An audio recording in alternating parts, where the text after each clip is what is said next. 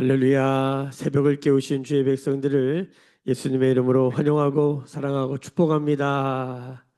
오늘도 주께서 생기로 우리를 일으키시는 하루가 될 줄로 믿습니다. 그 생기는 하나님의 말씀인 줄로 믿습니다. 자, 오늘 하나님이 우리에게 주시는 하나님의 말씀은 창세기 11장 10절에서 30절까지의 셈의 족보입니다. 창세기를 읽으면서 벌써 족보가 세 번째 나오는 거죠. 창세기 4장, 창세기 10장, 그다음에 여기 또 나오는 것이죠. 족보를 이제 계속 보고 있는데 이 족보는 역사, 한 가족이나 한 나라, 한 민족의 역사가 어떻게 이어왔는가에 대한 그 증거 자료죠. 근데 그 역사라는 게 다 거기 사람의 이름이 있다는 거예요. 그렇죠? 사람의 이름이 다 있어요. 그러니까 결국 사람이 중요한 거예요. 그런데 성경의 역사는 그 사람의 이름들을 통해서 뭘 드러내고자 하는 것입니까? 이 모든 사람을 창조하신 하나님을 드러내려고 하는 거예요. 그러니까 성경의 족보에서 중요한 것은 이 족보를 통해 하나님이 어떤 분이신지를 우리가 발견하는 것이죠. 근데 이 족보를 통해서 하나님을 발견한다는 게 그렇게 간단한 일만은 아닌 것 같아요. 근데 족보를 읽을 때마다 족보가 조금씩 특징이 있다라는 것을 우리가 발견하게 됩니다. 자, 오늘 족보를 보면은 셈의 족보다 이렇게 나와 있는데 그동안의 족보를 이제 4장이나 10장에 보면 낳고 죽고 하는데 여기는 낳고만 계속 나와요. 우리가 마태복음 1장의 족보와 비교할 때 구약의 족보는 낳고 죽고. 근데 마태복음 1장은 낳고. 그래서 죽음의 역사와 생명의 역사를 비교해서 말할 때 이런 족보 이야기를 자주 하지 않습니까? 근데 오늘 역사, 이 창세기 11장 10절 이하의 셈의 족보의 이 역사를 보면은 오늘 말씀 보세요. 낳고예요. 근데 독특한 특징이 있어요. 다른 족보, 그동안에 봤던 족보랑은 조금 다른 특징이 뭐냐면 몇 살에 아이를 낳았는지 낳기 시작했는지를 다 기록해 놨다는 거예요. 자, 11절 보세요. 아르박사 낳고 나왔잖아요. 거기 보면 12절 보세요. 아르박사는 35세에 자, 10절에 셈부터 봅시다. 셈은 100세에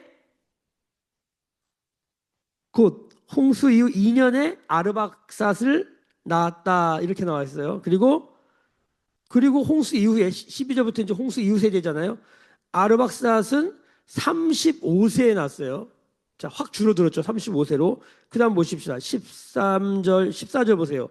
셀라는 40세. 그다음에 16절 보면 에벨은 34세. 한번 여러분 숫자로 기록해 보세요. 저는 다 기록해 놨는데 18절에 벨렉은 30세, 20절에 르우는 32세. 그리고 쭉 가다 보면 22절 스룩은 30세, 24절에 나홀은 29세. 이게 줄어들어요. 그러다가 독특한 거는 26절에 데라는 70세에 나와요.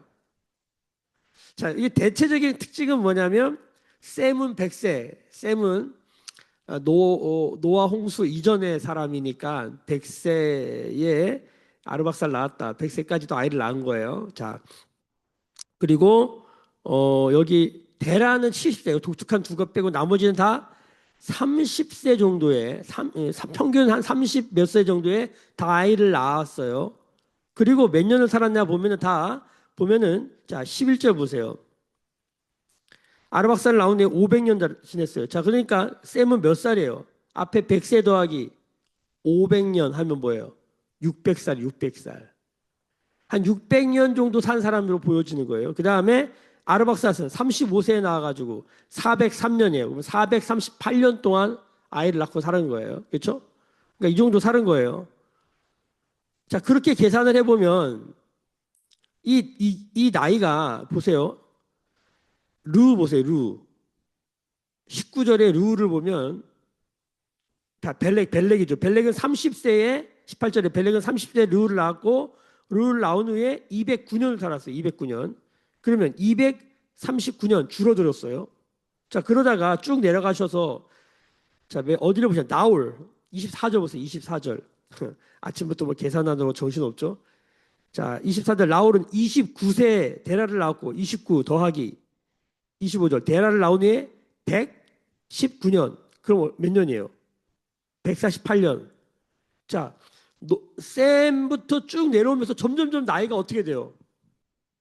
확 줄어들어요. 그래서 우리가 홍수 노아 홍수 때 우리가 읽었던 것처럼 어, 인간의 수명이 확 줄어들죠. 홍수에 보면은 그 말씀 기억하세요? 120년으로 줄어든다. 그 말씀이 나오지 않습니까? 자, 몇 절을 한번 볼까요? 창세기 6, 자, 7장,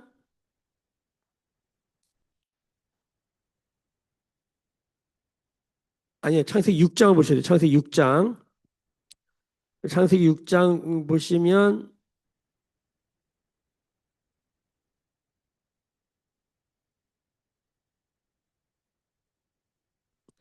네, 6장 몇 절입니까? 3절 보세요. 여호와께서 이르시되 나의 영이 영원히 사람과 함께하지 아니하리니 이는 그들이 육신이 됨이라. 그러나 그들의 날은 120년이 되리라 하시니라. 자, 홍수 심판을 예고하시고 홍수 이후에 사람들의 수명이 120세가 되리라 했던 말씀이 오늘 족보에 드러납니다. 드러납니다. 그러니까 이 창세기 족보를 보면은 막 무두셀라 900년 이상 살고 그러잖아요. 막 사람들이 막 살아가는 삶이 몇백 년이야. 그러니까 잘 믿어지지도 않고 그다음에 우리랑 너무 먼 이야기처럼 느껴지는데 이 창세기 11장 끝머리 그리고 12장이 열리면서 아브라함이 열리면서 지금 우리의 수명과 아주 비슷해집니다. 이 사람들은 수명을 막 120까지 꽉꽉 채워 사는데 어쨌든 지금 우리가 정말 잘 살아봤자 120년이거든요.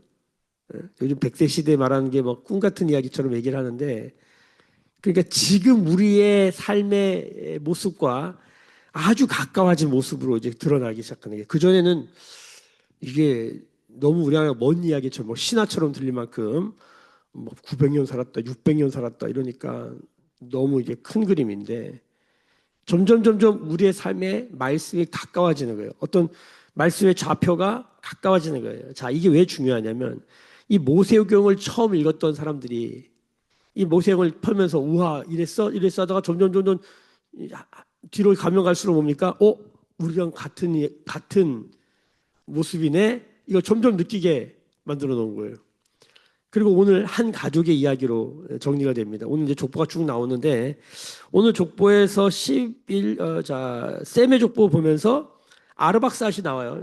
어떻게 이어져 가냐? 장자죠. 이 당시는 유대인들이나 우리 한국 이 유교나 비슷한 게 뭐냐면 장자 중심이에요. 가부장적이고 장자 중심인데 자, 셈의 족보에서 아르박삿이 나오는데 요거는 한번 볼 필요가 있어요. 창세기 10장으로 한번 넘어가 보세요. 자, 여기 보시면 셈의 족보가 21절, 10장 21절에 보면 셈은 하고 나오죠. 그다음에 22절 보세요. 셈의 아들은 엘람과 아수르와 아르박삭과 룻과 아람이요. 자, 보통 족보는 장자부터 씁니다. 그러니까 셈의 장자는 누구예요? 엘람이에요, 엘람. 근데 아르박사는 몇째예요?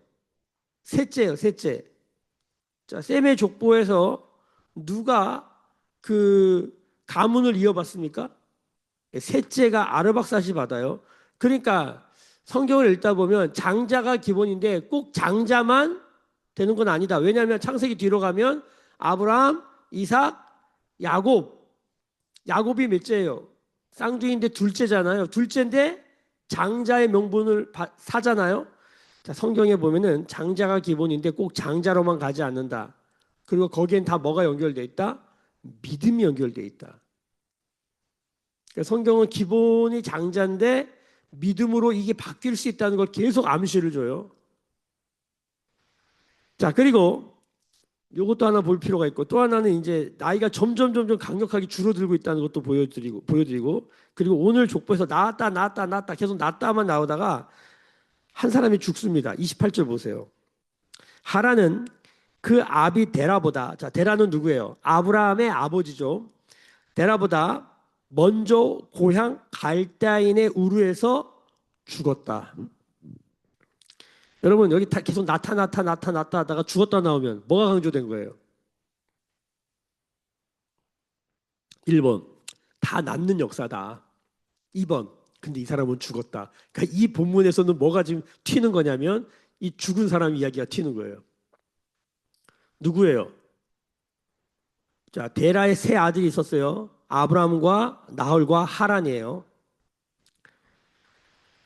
요 위에 사람들의 이름의 뜻은 잘 안 드러나요. 그냥 데라는 그냥 어떤 지명 이름 같아요. 이게 무슨 뜻인지 잘 몰라요. 그런데 샘도 무슨 뜻인지 잘 몰라요. 그냥 무슨 이게 어디서부터 온 말인지 몰라요. 사전을 열어보면 그냥 샘이라고 나와요. 샘의 이름의 뜻이 뭔지 보려고 봤더니 그냥 샘이라고 나와요. 몰라요. 데라도 어떤 사막의 한 지명인 것 같다. 이 정도만 나와요. 그런데 아브라함부터는 이름의 뜻이 나와요. 그러니까 지금 이 가족이 도드라지게 드러나는 거예요. 아브라함이 무슨 뜻이냐면 존귀한 자라는 뜻이고 재미있는 건 이 나홀이라는 사람이 이름의 뜻이 독특해요. 이게 뭐냐면 코를 고는 사람이에요. 코를 고는 사람. 사전이 그렇게 돼 있더라고요. 그다음에 하란이 무슨 뜻이냐면 산 사람 이런 뜻이 있어요. 자, 그런데 이 중에 누가 죽었어요?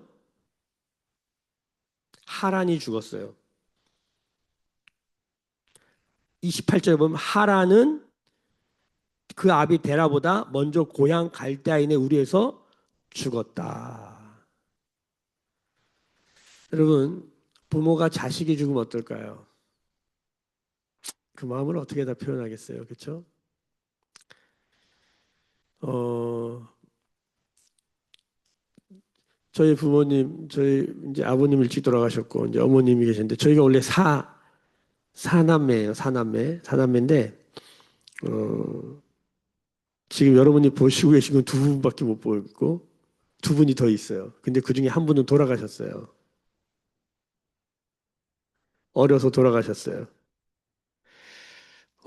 나이가 들면서 이제 저희 어머니가 이제 자식을 하나 잃었잖아요. 근데 낳았는데 병원에 가 이제 뭐 아파서 병원에 갔었어야 되는데 어렸는데 병원에 갈 수가 없었어요. 목회를 하시다가 어, 너무 시골에서 이제 목회를 하시다가 주변에 병원도 없고 그래서 애가 아픈데 병원에 못 간 거야. 그래서 죽었어요. 나이가 들면서 그 마음이 어땠을까? 이건 이루 말할 수가 없는 거예요. 자식은 죽으면 가슴에 묻는다잖아요. 자식이 아파도 이렇게 힘든데 자식이 아프면 너무너무 힘들거든요. 어제도 어떤 분이 저에게 카톡을 보냈어요. 내용이 뭐냐면 자식이 너무 아프다는 거예요. 나이가 많 드신 분인데 자식도 나이가 많아. 근데 부모는 나이가 많아도 자식이 나이가 많아도 자식이 아프면 자식 생각밖에 안 해. 그러다 또 우연히 길을 가다 또 만났어. 근데도 자식 얘기야. 왜? 자식이 아프다는 거야. 자식이 아파도 부모의 마음은 절절합니다. 그렇죠? 자식이 밥을 안 먹어. 자식이 방에서 안 나와. 자식이 괴로워. 부모는 그 자식 생각밖에 없는 거예요. 자식이 아파도 자식이 그렇게 마음이 참 절절한데 자식이 죽으면 어떨까? 그러니까 지금요, 이 가정에, 이 데라의 가정에 여러분 형제가 하나 죽었어요. 아버지의 마음은 어땠을 것이며 그 엄마의 마음은 어땠을 것이며 그 형제들의 마음은 어땠을까? 그건 이루 말할 수가 없는 것입니다. 그냥 이 분위기를 읽으셔야 돼요.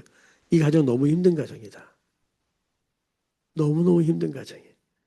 자, 그런데 29절 오늘 이제 30절에 여기서 말씀 끊었어요. 32절까지 있는데 오늘 저녁에 31절, 32절까지 함께 나누고 내일 말씀인데 나눌 필요가 있거든요. 이제 아브라함이 열리는 배경을 말해 주는 거예요.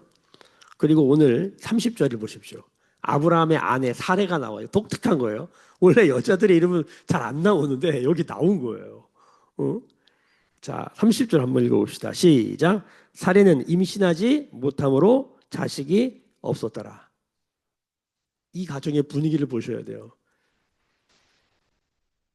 삼형제 중에 막내가 죽었어. 그리고 장자인 형은 아브라함은 결혼을 했는데 애가 없어. 여러분 이 당시에 이런 가정이면 그냥 불쌍하다, 참 힘들겠다, 어렵겠다 정도가 아니라 사람들이 손가락질합니다. 손가락질한다니까요. 이 당시에. 여러분 이 당시가 어떤 당시냐면 사람들이 계속적으로 인류의 역사 가운데 가인성을 쌓고 그 다음에 가인성을 이제 하나님이 홍수로 이제 심판하셨잖아요. 자, 그런데 이후에 또 사람은 바벨성을 쌓아. 바벨탑이란 말보다 사실 우리가 탑으로 알고 있는데 바벨성이 더 맞아요. 지구라트기 때문에 이게 성이에요, 성. 자, 가인성, 바벨성, 가인의 탑, 바벨의 탑. 인간은 계속적으로 가인성의 핵심이 뭡니까? 여호와 하나님이 그렇게 다가가셔서 가인에게 표를 주시고 내가 너와 함께하겠다. 이게 무슨 뜻이야? 하나님이 함께하겠다는 건 내가 너를 안겠다. 내가 너의 보호자, 내가 너의 방패, 내가 너의 성이 되어주겠다는 거예요. 성에 들어가야 안전하니까. 근데 그걸 뿌리치고 가서 뭐예요? 지가 지 이름을 걸고 가인이 가인의 이름을 걸고 성을 쌓아요. 그래서 거기서 음악도 만들고 퉁소 만드는 자도 나오고 거기서 무슨 문명적인 무슨 과학 기술도 나오고 자기를 위로하는 성을 쌓아요. 자기의 상처, 자기의 아픔, 내가 얼마나 아프고 힘든 사람인 줄 알아? 지가 동생을 죽여놓고서도 자기가 자기 슬픔에, 자기 연민과 슬픔에 빠져서 자기를 위로하며 살아가는 인생 군상의 모습을 보여주잖아요. 거울처럼 우리를 보여주는 거예요. 근데 하나님이 그걸 포기하지 않으시는 거예요, 가인을. 그리고 그 가인을 살리기 위해서 뭡니까? 아벨의 피를 사용하시고 아벨의 후손을 사용하시는 거예요. 자, 홍수가 났어요. 싹 쓸었는데 이상한 한 인간이 튀어나와요. 셈, 함, 야벳이 있는데 함의 아들 가나안이 강조되고 있더니 가나안은 누구라고요? 지금 모세오경을 읽고 있는 사람들이 어느 땅을 향해 가고 있어? 가나안 땅을 향해 가고 있어. 가나안 땅, 어떤 땅으로 들어가는 줄 알았더니 성경을 읽어보니까 이거 사람 이름이었네? 근데 아버지의 하체 드러난 걸 가지고 장난치고 그것을 기쁨거리로 여기고 그것을 비난하고 조롱하다가 저주를 받아요. 이게 저주받은 사람의 땅 이름이구나. 우리가 글로 들어가는구나. 우리가 거기 왜 들어가? 거기서 하나님 나라 세우라는 거예요. 죽음의 역사를 끝내고 생명 역사를 세우라는 거예요. 자, 이제 뭔가 메시지가 선명해지는 거예요. 점점. 가나안 땅 이렇게 시작된 거구나. 이렇게 보는 거예요. 이걸 상상하셔야 돼요. 성경 읽을 때. 자, 그랬는데 그들이 또 뭐를 해? 그 가나안의 후손들이, 그 함의 후손들이 니므롯, 강력한 용사다. 이 강력한 용사라는 말은 긍정 부정이 다 있는 거예요. 여호와 앞에서 강력한 용사라, 대단한 사람들이 됐다는 거예요. 그럼 이것 여기도 은혜가 있는 거죠. 하나님이 그럼에도 불구하고 대단한 사람 만들어 주는데 그 대단함으로 그 니므롯의 그 강력한 파워로 사람들을 사냥하고, 사냥꾼이라는 뜻이 사람 사냥하는 사람들이거든요. 추격자들이란 뜻이에요. 그래가지고 뭘 세워요? 이 후들이 바벨성을 또 쌓는 거야. 왜 쌓는다고요? 어제 말씀해 보니까 흩어짐을 면하고 우리가 모여가지고 우리의 이름을 드러내자. 그 이름이 하나님께로부터 온 이름인지 모르고 자신들의 이름을 드러내려고 성을 쌓고 있는 그 모습의 언어를 흩어버리시는 것. 그 언어를 흩어버리심 안에도 뭐가 있다? 하나님의 은혜가 있다. 왜? 원래 생육하고 번성하고 땅에 충만하라. 땅을 정복하고 다스려라. 이게 사람에게 주신 사명인데 그 사명이 여전히 유효한 거예요. 흩어지게 하시는 거예요. 그러니까 영생이 인생이 된 것 안에 아유 어쩌다가 그냥 저주받아가지고 그냥 고통 수고 땀만 가지고 사는구나가 아니라 그 잠깐 살려주신 그 고통을 느끼며 수고하며 땀을 흘릴 때에 그것이 은혜인 줄 깨닫는 것이 은혜예요. 자, 홍수에 흩어진 것이 은혜로 보여야 돼요. 은혜. 이게 하나님 포기하지 않으셨구나. 여전히 우리에게 사명을 주시는구나. 흩어져서 뭐 하라는 거예요? 에덴을 확장하라는 거예요. 너의 삶 가운데 여호와와 동행하면서 기쁨, 여호와와 동행하는 기쁨 가운데 성경 내내 이 메시지잖아요. 너의 삶 가운데 이 기쁨을 전하라는 거예요. 복음을 전하라는 거죠. 구약에도 이 얘기를 하고 있는데 이게 안 들리는 거야. 이게 성경 전반에 이 흐름이 계속 가다가 마지막 정점에 터지는 게 뭡니까? 예수 그리스도의 복음, 십자가와 부활. 죽음을 이겼다. 가서 전하라 너를. 누구든지 예수 믿으면 생명을 얻고 영생을 얻고 하나님 나라를 누리게 된다. 이걸 전하라는 거예요. 오늘도 그렇게 살기를 축복합니다. 자, 그런데 계속 가인성, 바벨성, 하여튼 쓸어내면 또 바벨성 흩었잖아요. 또 바벨성 쌓습니다. 이게 뭡니까? 지금 갈대와 우루, 메소포타미아 문명의 바벨론 문명의 시작점이에요. 갈대와 우루로 시작돼요. 계속 사람들이 그거 하는 거예요. 너희는 그런 삶, 가인의 성, 바벨성을 쌓는 삶에서 나오라는 거예요. 거기서 나오는 한 사람이 있는 거예요. 그게 아브라함이에요. 아브라함. 본토 친척 아비 집을 떠나는 창세기 12장 내일 나오는 떠나는 사람이 나와요. 떠나서 어디로 가라? 내가 약속한 땅으로 가라는 거예요. 그 어느 땅이에요? 가나안 땅이에요. 근데 이 나온 사람의 어떤 사람인가 봤더니 야, 집안이 어떤 사람이냐면 집안이 보통 30세에 다 나요. 근데 이 집안은 70세에 나. 그러니까 뭐가 좀 다르죠. 그 늦게 났다는 건 좋은 걸까요? 그 사이 시간에 얼마나 고통스러운 삶을 살았을까. 예를 들어서 다 아파트 살아. 다 자기 집 자가를 살아. 근데 나 혼자 월세를 살아. 그럼 이 사람이 독특한 거잖아요. 어떻게 살았길래 월세를 살아? 이럴 거 아니에요. 어? 야, 어떻게 살았길래? 다 이게요, 사람이 불쌍하다가 아니라 뭐예요? 조롱한다니까요. 야, 어떻게 했길래 자식이 죽었어? 이게요, 불쌍히 여길 대상인데 사실 조롱해요, 사람들. 어휴, 봐라, 봐라, 봐라. 저 봐라, 저 자식 죽었다. 야, 근데 저 장자는 이제 자식도 못 난다. 이 집안에 이 당시는 자식을 낳는 게 뭡니까? 자식이 유산이고, 자식이 경제력이고, 자식이 명예예요. 이 당시는 옛날 우리나라도 유교 시절에 보면 조선 시대에 보면 똑같아요. 똑같아. 자식이 재산이고 유산이고 경제력이고 그 자식이 잘 되면 아버지의 이름을 드러내는 거예요. 사실 여기서는 좀 우리가 받아들일 게 있는데 자식이 잘 되면 아버지의 부모의 얼굴이 피는 거죠. 영광이 돼요. 그래서 우리나라도 아주 그렇게 살기 어려워도 자식을 입심양명시키려고 어떻게든 자식을 잘 되게 하려고 부모가 온통 자식한테 쏟아부어. 이유는 뭐예요? 그게 나의 영광이기 때문에. 여기에는 살짝 우리가 은혜 받을 부분이 있어요, 사실은. 지금은 다 뭘 위해 살아요? 자식도 자식을 위해 살고 부모도 자기를 위해 살아. 자식을 위해 사는 부모 만나기가 어려워요. 물론 애는 많이 쓰지만 딱 시간 되면은 너는 너 살아, 난 나 살게. 이게 지금 시대의 트렌드가 돼가지고 밥을 해주는 엄마보다 밥 사주는 엄마가 더 좋은 엄마라는 거예요. 그래서 엄마도 나를 누리겠다.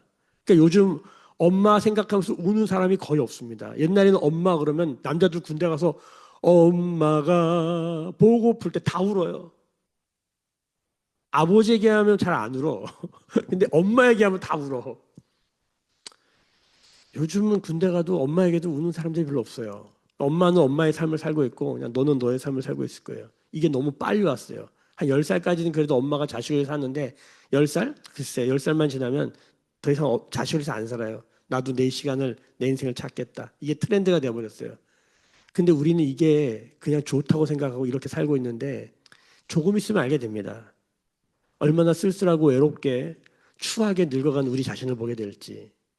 근데 그건 다 우리가 자업자득한 거예요. 그 시대가 그런 걸 어떻게 하겠어요? 우리 많이 누렸잖아요. 우리 많이 좋은 거 먹고 좋은 거 보고 내 시간 보냈잖아요. 그럼 된 거예요.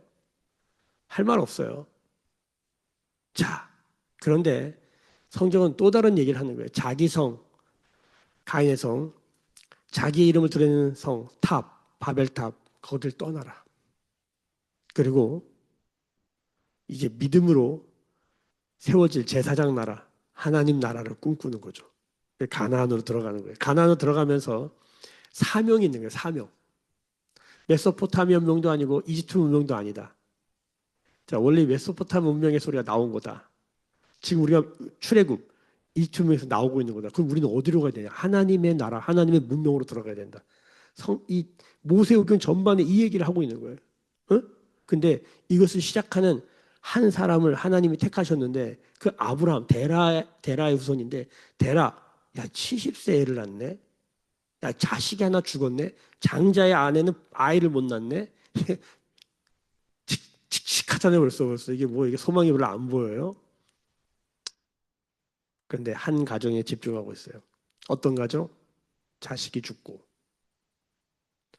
자식이 죽었다? 경제력 없다는 거예요.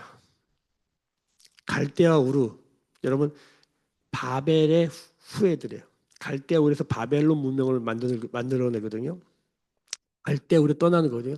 갈대아 우르 가봤더니 너무 좋은 땅이야. 근데 거기를 떠나야 돼. 그 떠나는 모습을 보면 이런 거예요. 야, 이 아브라함이 대단해서 떠난 게 아니구나. 이게 뭐예요? 떠날 수밖에 없었구나. 그러니까 지금 하나님이 말씀하신 곳으로 갈 수밖에 없었던 여건이 나오는 거예요. 그 여건이 뭐예요? 동생은 죽고 자식을 낳지 못하는. 여러분 가장 부정적이고 가장 암울한 모습에 절망적인 모습의 한 가정을 그립니다. 근데 이걸 한 장 한 장 넘기다 보면 깜짝 놀라는 거예요. 하나님은 거기서 시작하셨구나. 하나님은 무에서 유를 시작하셨고 바닥에 있는 인생을 건져내시는구나. 우리 이집트의 노예로 살고 있는 우리를 건지셨구나. 저 메소포타미아 문명에서 건져내셨구나. 이 건져내시는 하나님의 손을 발견하는 거예요. 여러분 오늘 이 하나님의 손을 발견하는 하루가 되기를 예수님의 이름으로 축복합니다. 아멘. 뭐가 죽었다. 망한 거죠. 아이를 낳지 못한다. 소망이 없는 거예요. 주님은 거기에서 생명을 낳으시고 생명의 역사를 일으키시더라. 지금 우리의 절망적인 상황이 하나님께 재료가 될 수 있다는 걸 잊지 마십시오. 성경을 읽어보면 참 처절한 사람들의 삶의 그 바닥의 모습을 보게 되는 거예요. 왜 성경을 읽어야 되냐면 이제 성경을 보면 점점 나랑 너무 비슷한 지금 나의 상황과 너무 비슷한 것들을 발견하는 거예요. 우리의 가족, 우리의 가문은 어땠을까? 상처와 아픔과 고통과 죽음의 역사로 가득한 거예요. 저도 지금 잠깐 저의 가정을 조금 나눴지만 그렇게 간단한 삶이 아닌 거예요. 저도 인생에서 여기까지 살아오면서 그렇게 간단하지가 않아요. 뭐가 없다. 뭐가 죽었다. 저도 제 삶에 아주 가까운 삶에 아버지가 일찍 돌아가셨어요. 아버지가 없는 삶이 어떤 삶입니까? 공교롭게도 이 새벽에 나온 분들이 다 아버지 이슈가 있네요. 그리고 자식이 죽은 저도 보진 못했지만 그분이 죽으셔서 제가 태어난 거죠. 그 이야기를 들었을 때 나이가 들면서 그 어머니의 마음을 또 느끼게 되는 거죠. 쉽지 않구나. 그런데 거기서 믿음의 역사가, 거기서 생명의 역사가 시작됐구나. 지금의 내가 있구나. 여러분 살아있음에 하나님 앞에 감사하고 이 살아있음이 하나님 앞에 의미가 있는 오늘이 되기를 예수님의 이름으로 축복합니다. 하나님의 손을 발견해야 돼요. 기도하겠습니다. 지금은 우리 주 예수 그리스도의 은혜와 하나님 아버지의 크신 사랑하심과 성령의 감화, 감동 충만케 하시며 생기를 부어주시는 생명의 역사가 오늘 머리 숙여 묵상하며 기도하며 찬양하는 주의 백성들의 머리 위에 그들의 삶과 가정과 생업과 일상과 일터 위에 매일 교회와 조국 교회와 열방에 나간 선교사님들 위에 지금부터 영원까지 함께 계실지어다. 아멘.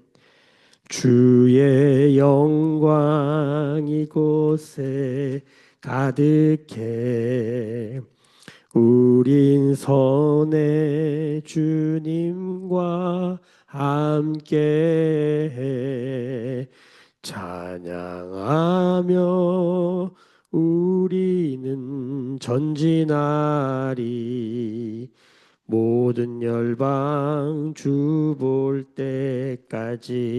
때까지. 우리 주신 말씀 붙들고 함께 기도하십시다. 아무리 어렵고 힘들어도 주님의 손이 주님의 역사가 우리를 불러내신 것을 기억하고 오늘 주 앞에 믿음으로 기도하는 시간 되기를 축복합니다. 함께 기도하십시다. 주여